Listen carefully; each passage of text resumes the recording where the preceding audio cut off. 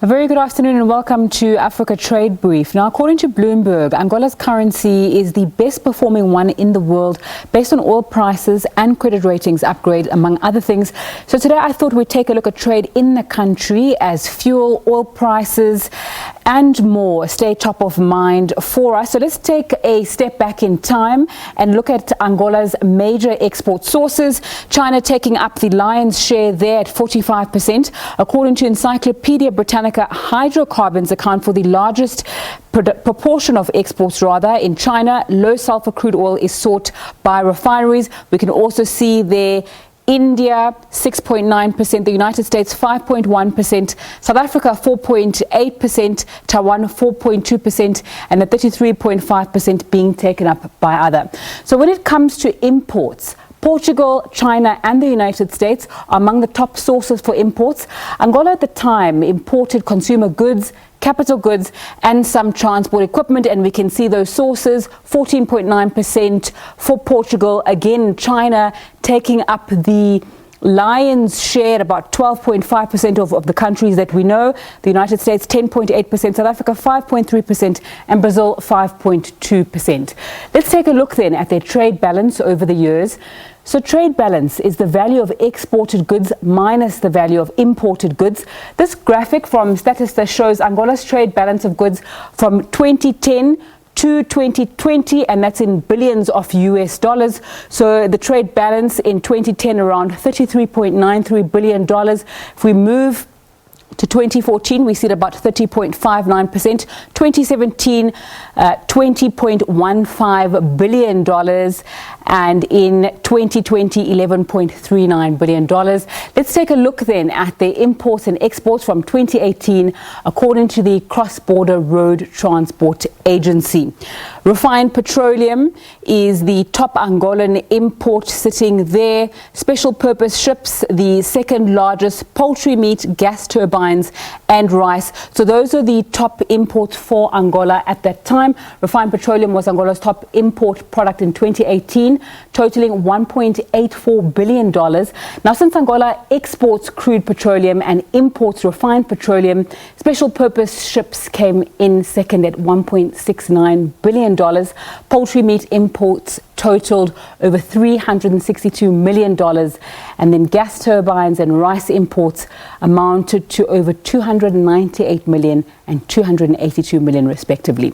So let's take a look at what happens when it comes to exports. Crude oil, crude petroleum ranks as their top export product, followed by diamonds sitting around $2.49 billion and petroleum gas. Refined petroleum is also coming in when we take a look at their exports, and special purpose ships came in also at $1.69 billion. So that's the overview of what's taking place when it comes to trade in Angola. Antonio Henriques da Silva is the chairman of the board of directors of AIPEX, which is Angola's agency for private investment and export promotion, joins us now. A very good afternoon to you. Thanks so much for your time on SABC News. Just give us more of an overview in terms of what Angola trades now in 2022, and also give us an insight into the oil production. Well, thank you very much. It's a great honor for us to be here with you. After your very insightful information about Angola, I think there's very little quantity of information I can share with you. But nevertheless, I would like to highlight the fact that we are the second largest oil-producing country in sub-Saharan Africa, that we are a member of AIPEX since 2007. But our output approximately it's 1.37 million barrels of oil per day, and with an estimated 17,904,000 cubic meters of gas production. Mm-hmm. We have been having an economic growth rate that is being driven by the oil sector, and the contribution of oil as such has been around 50% of our gross domestic product, and around 89% of our exports. Of course, since February this year, as oil prices have experienced a hike, this represents a huge boost for our economy. But since we are in parallel also working on diversifying our economy, the Angola, let's say, economic agenda is driven by these two, let's say, positive elements, which will definitely in the midterm show results which will contribute to another sectors to grow, like the agriculture one, like the infrastructure one. Because of the integration, we need to take more advantage of the fact that we are not a landlocked country, and through the AFTA agreement, Angola also wants to play a much key role in the sub-region. And of course, that will drive other sectors to develop, as I've said, and we're really looking forward to play a much, let's say, impactant role within the region of SADC and even the continent as such.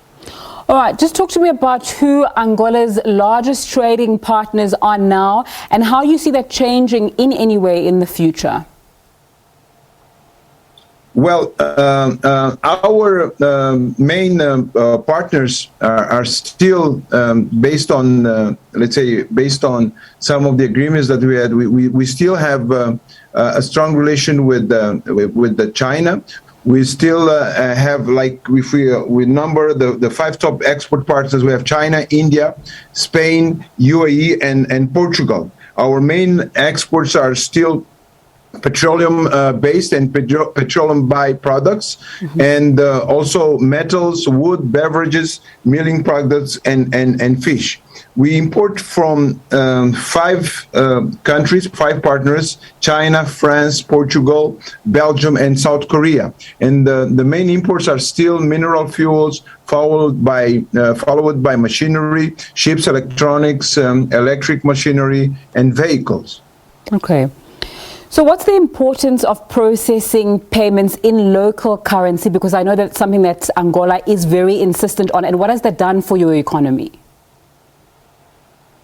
Well, the importance of local processing, first of all, with if I got your question right, through the import substitution, we are able to take more advantage of the potential that Angola has in all different sectors. So we are also able to, let's say, to transform all those raw materials that are basically present in our soils, and that they need to bring value add that stays in the country, and that also plays a higher contribution within the ecosystem that Angola is part of, meaning the ecosystem of sub-Saharan countries in Africa. That will enable our economy to grow. That will enable the creation of new jobs, and of course the development of sectors other than the oil sector. And that's a key aspect of what in the agenda of the priorities that the current government under President Lorenzo has to really diversify and to really be less dependent on oil as the main driver of our economy as it is now. So earlier I was speaking about how well your currency was doing, and I had read that in order to process payments, you don't do it in dollars, you don't do it in rands, you do it in Angola's local currency, and that's something that you're very passionate about. So I'd like you to speak about that if we've got time. But I'd also like to find out the impact of the Africa Continental Free Trade Area. What do you think it has now and in the future when it comes to trade in general and also in oil? Well, we believe that this is the right way to go, and it's a very convergent thought from a political point of view amongst the majority of African countries.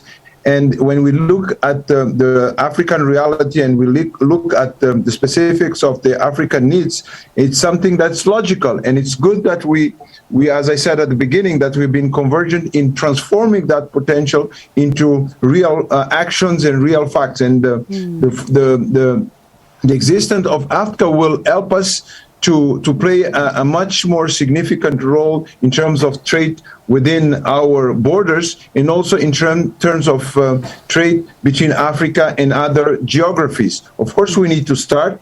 We need to start in the right direction, and I think that countries like Angola, South Africa, and other countries are really committed in playing that kind of role, and to motivate all other stakeholders in that same purpose, with that same purpose and achievement of objectives that will benefit all of us. And I'm very positive that because of the youth of the continent, majority of our population is less than 25 years. In the case of Angola, 75%. That's actually the main riches that the country has, and with the consistency of the policies that have been in place, we will see Africa booming very soon, even more.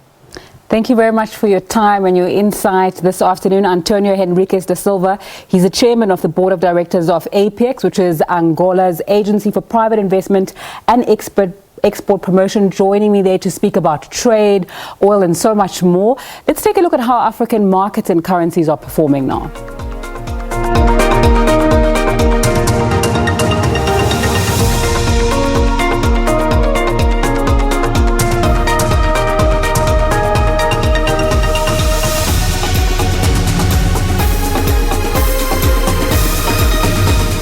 All right, that's where I leave it. A little bit later on, Nompumelelo Siziba is back from Dubai and will be in the anchor seat. It's good afternoon from me. Stay safe.